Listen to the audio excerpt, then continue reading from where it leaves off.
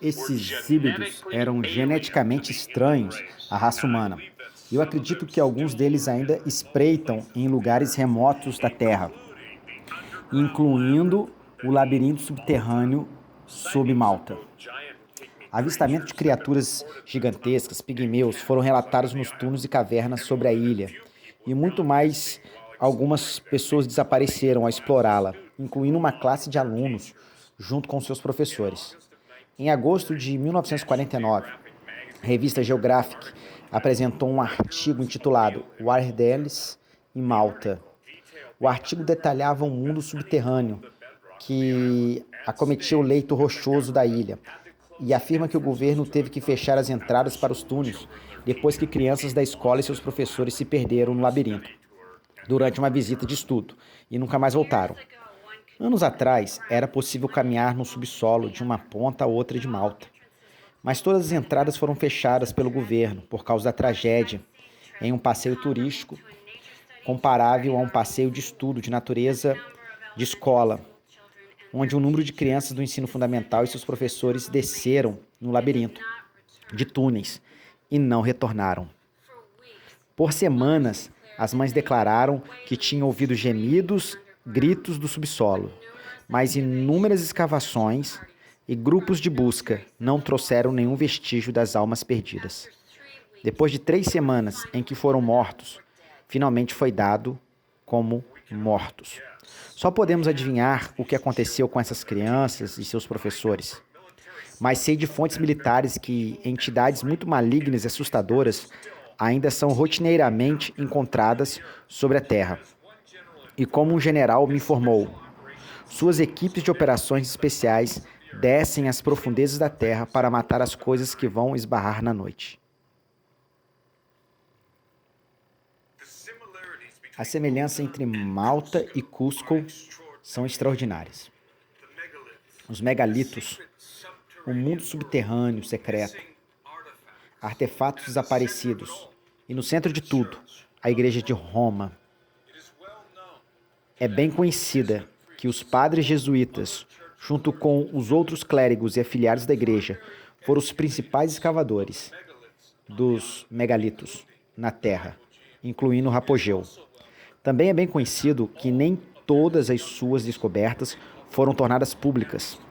Pelo menos uma das catedrais em Malta foi intencionalmente erguida sobre as fundações de uma importante construção megalítica.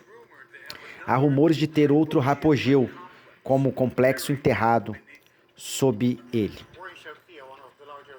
Em Charcai, uma das maiores aldeias de Goto, Wadi, a igreja paroquial bem atrás de mim, cerca de 100 anos atrás, havia um padre jesuíta escavando. Seu nome era Manuel Marvi. Era um dos nossos principais arqueólogos amadores, mas ele estava fazendo um trabalho em linhas científicas. Ele acelerou o Rapogeu e mostrou o templo de Pia. Também ainda temos o relatório no departamento do museu. E mostra que o templo de Pia está agora desaparecido. Você não pode vê-lo. A igreja que está atrás de mim, a igreja paroquial católica da vila, é construída sobre o local do templo neolítico, que agora está completamente desaparecido. A igreja católica muitas vezes construiu suas igrejas em cima dos anteriores templos pagãos ou outras estruturas religiosas. Neste caso, mostram que a igreja paroquial de Kia, terminada de 1950, é realmente construída em cima e sufocou e removeu qualquer evidência de mostrar o templo de Chequia. Assim como em Cusco, a igreja de Roma ocupou intencionalmente a arqueologia estratégica em locais de Malta e teve acesso especial às ruínas megalíticas da superfície da ilha e ao labirinto subterrâneo. Deixou durante séculos. Não tenho dúvidas de que existe mais complexos subterrâneos como Rapogeu, mas estão escondidos dos olhos do público. Quem sabe que tipo de artefatos foram removidos dessas câmeras misteriosas e secretas de uma maneira para os cofres do Vaticano, sob a égide da Basílica de São Pedro. Uma coisa é certa, os agentes da Santa Sé têm acesso a essas abóboras sabem muito bem que os agricultores da Idade da Pedra não construíram os megalíticos em Malta ou qualquer outro lugar do mundo. Então, quem construiu os megalitos? É indescritível pergunta que irrita a todos.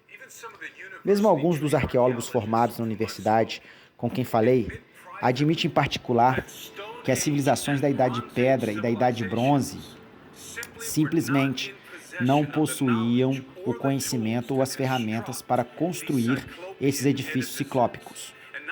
E não apenas construí-los, mas alinhar perfeitamente com as constelações específicas de estrelas baseadas em calibrações astrológicas precisas.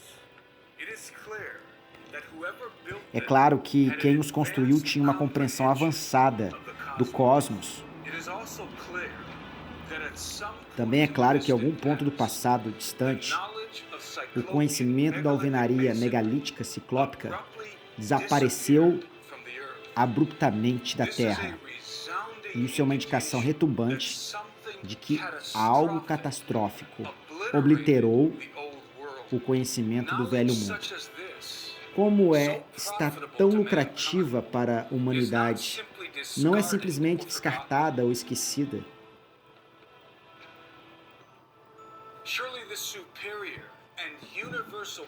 Certamente a técnica de construção superior e universal, que não só resiste a confusões sísmicas externas, mas também sobrevive à tempestade subtempo, seria digna de preservação e desenvolvida por civilizações consecutivas. A questão de quem exatamente construiu os megalitos é muito menos relevante do que a questão de quando eles foram construídos. É nessa alegação que eles pertenciam àquele império dos deuses que foi dizimado nas águas do grande dilúvio. Então, em outras palavras, eles foram construídos durante uma época em que não só os gigantes andavam pela Terra, mas uma série de outras entidades ciências híbridas, todas utilizando o conhecimento proibido dos vigilantes. Malta guarda muito mais mistérios do que tínhamos tempo para explorar completamente. As famosas trilhas de carroça, gravadas no leito rochoso por toda a ilha, são um enigma em si mesmo e podem fornecer a prova de uma tecnologia de máquina pré-histórica, que pode e foram usadas no transcurso das pedras. Sabemos que os tipos de megalíticos já estiveram nas camadas sedimentadas, para imaginar quanto ainda mais estavam enterradas sob o solo, ou estão afundadas nas águas do Mediterrâneo. A ilha de Malta nos forneceu outra peça do quebra-cabeça sobre as verdadeiras lendas de nosso passado pré-histórico proibido. Os sumérios, os babilônicos, os egípcios, os fenícios, os hebreus, os indianos, os chineses, os japoneses, os tibetanos, os gregos, os romanos, os incas, os astecas e os maias, assim como centenas de outras culturas. Todos têm os registros em versos de canções escritas sagradas e tradição oral, há muito tempo atrás, quando os deuses desceram do céu para habitar entre os homens e misturar sua semente com a raça humana, até que um grande cataclisma destruiu eles. Muitos desses registros antigos também profetizam um tempo em que os deuses retornarão para ressuscitar seu império e se reinserir no genoma humano.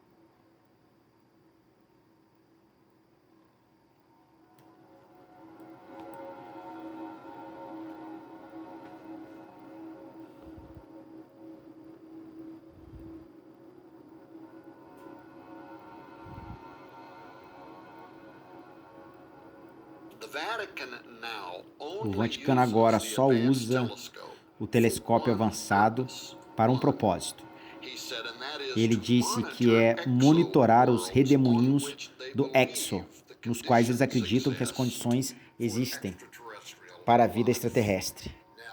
Agora, pode ter sido uma verdadeira dica sobre o que eles estão assistindo no topo daquela montanha, que eles acham que podem estar se aproximando da Terra.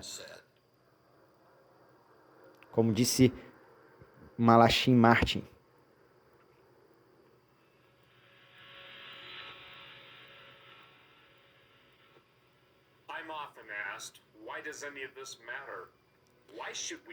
Por que isso importa? Por que devemos nos preocupar com esses vigilantes que desceram do céu ou com os gigantes em um mundo pré-dilúvio? A resposta é simples. Porque tudo vai acontecer de novo antes do fim dos tempos. A era dourada dos deuses vai ser ressuscitada. Este é o fim do jogo para a elite luciferiana, sua aurora dourada. Uma grande decepção ou engano está se formando. Você tem que estar fundamentado na verdade. E para resistir à tempestade que está vindo, como você reage a esse engano vai depender de sua compreensão do Evangelho e do mundo antes do dilúvio de Noé.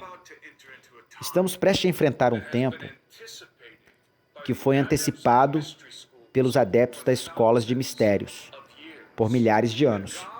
Os deuses estão retornando à Terra para habitar entre os homens e misturar sua semente com a raça humana, assim como fizeram na era antes do dilúvio.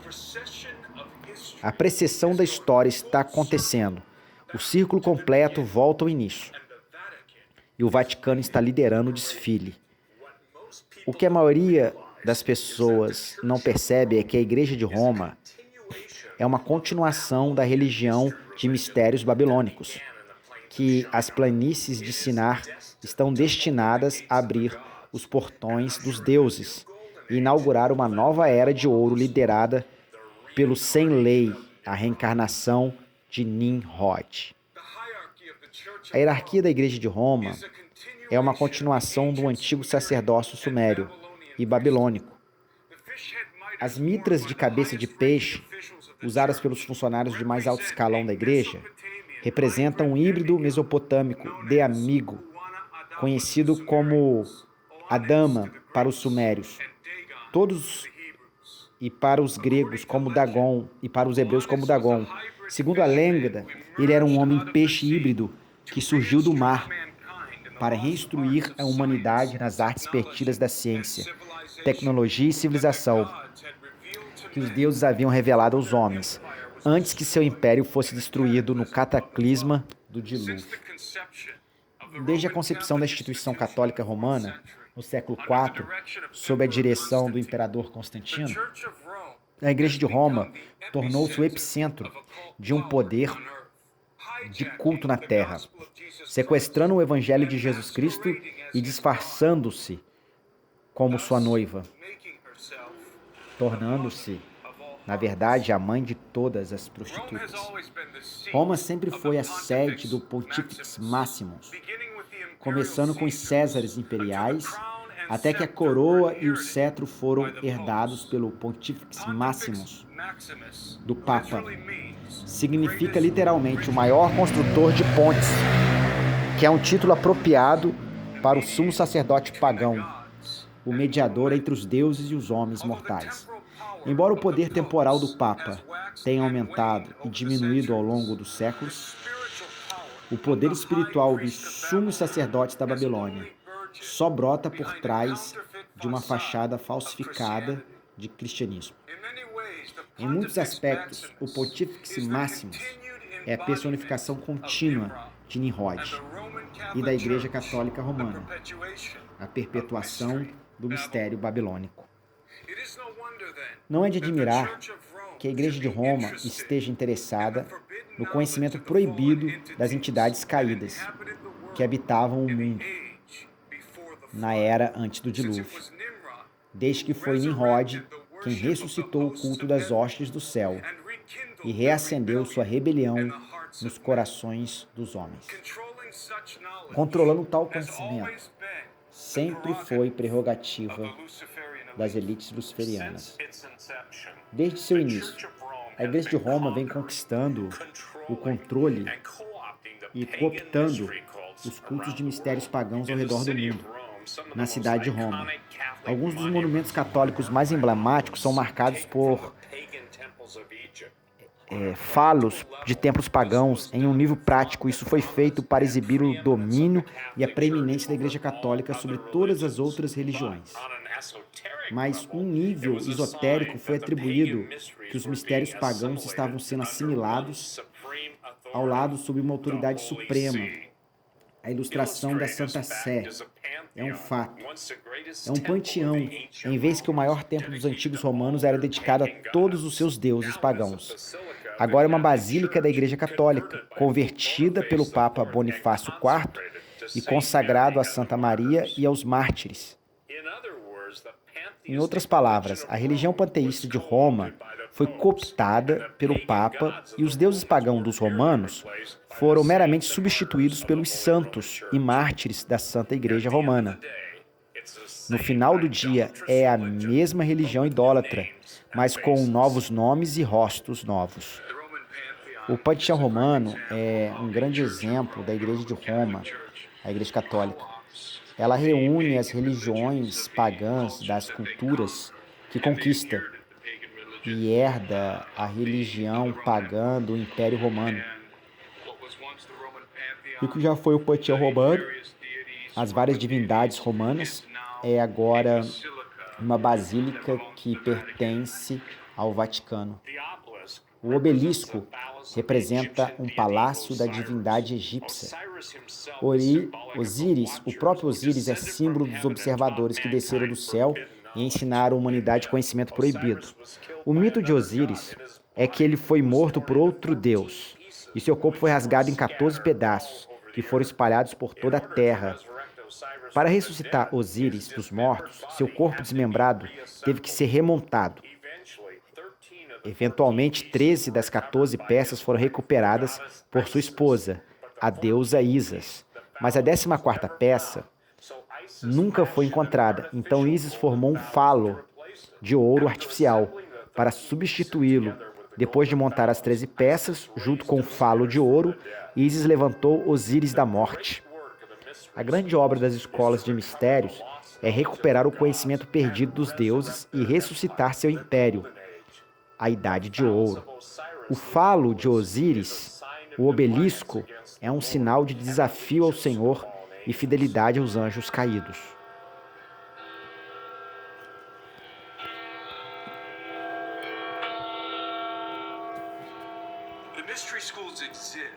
As escolas de mistério existem para recuperar e remontar os perdidos conhecimentos dos vigilantes. O corpo desmembrado de Osíris, iniciando os mistérios, estão embutidos dentro da organização de governamentais mais poderosos do mundo. Mas eles ficam escondidos nas sombras de suas sociedades secretas.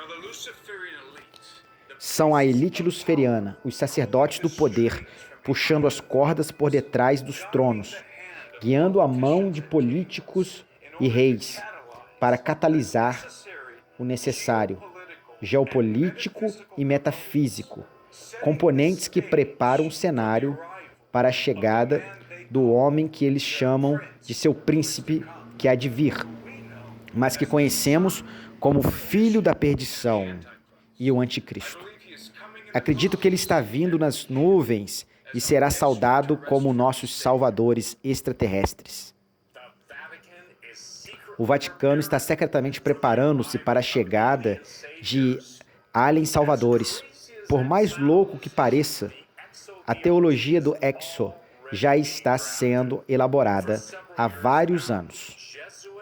Os astrônomos jesuítas têm se posicionado e sua igreja para a divulgação, falando abertamente sobre vida em outros planetas e a acomodação de extraterrestres em doutrinas católicas. Estão até mesmo declarando que, se tivessem oportunidade, batizariam ansiosamente alienígenas. Bem-vindo de volta ao mundo em maio. O Papa Francisco começou a falar quando, em uma homilia durante sua missa matinal, ele fez referência a uma visita de extraterrestres que a mídia publicou e sugeriu que a Igreja Católica estava confirmando a existência de vida inteligente em outros planetas. Que se junta a nós esta noite é um homem que literalmente ponderou os mistérios dos céus. Como parte de seu trabalho, ele é astrônomo no Observatório do Vaticano e presidente da Fundação do Observatório do Vaticano, um jesuíta e coautor do novo livro Você Batizaria um Extraterrestre? Ficamos encantados por ter o senhor junto a nós, irmãos. Cosmalgo, muito obrigado por estar aqui. O Papa Francisco, durante uma de suas homilias matinais, tinha dito, vou compartilhar com o público. Ele disse, imagine-se, por exemplo, amanhã veio uma expedição de marcianos verdes com narizes compridos e orelhas grandes, como as crianças os desenham, e dissermos, quero ser batizado. O que aconteceria? É a grande questão. Você batizaria um extraterrestre? Apenas se ele aceitasse. O quanto do que é dito em público pelas autoridades do Vaticano sobre alienígenas é jocoso. É como se o interesse deles por extraterrestres fosse mais uma fantasia divertida do que uma consideração séria.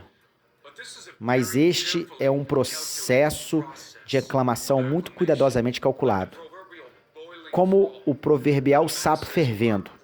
As massas estão gradualmente sendo condicionadas à divulgação sem sequer perceber.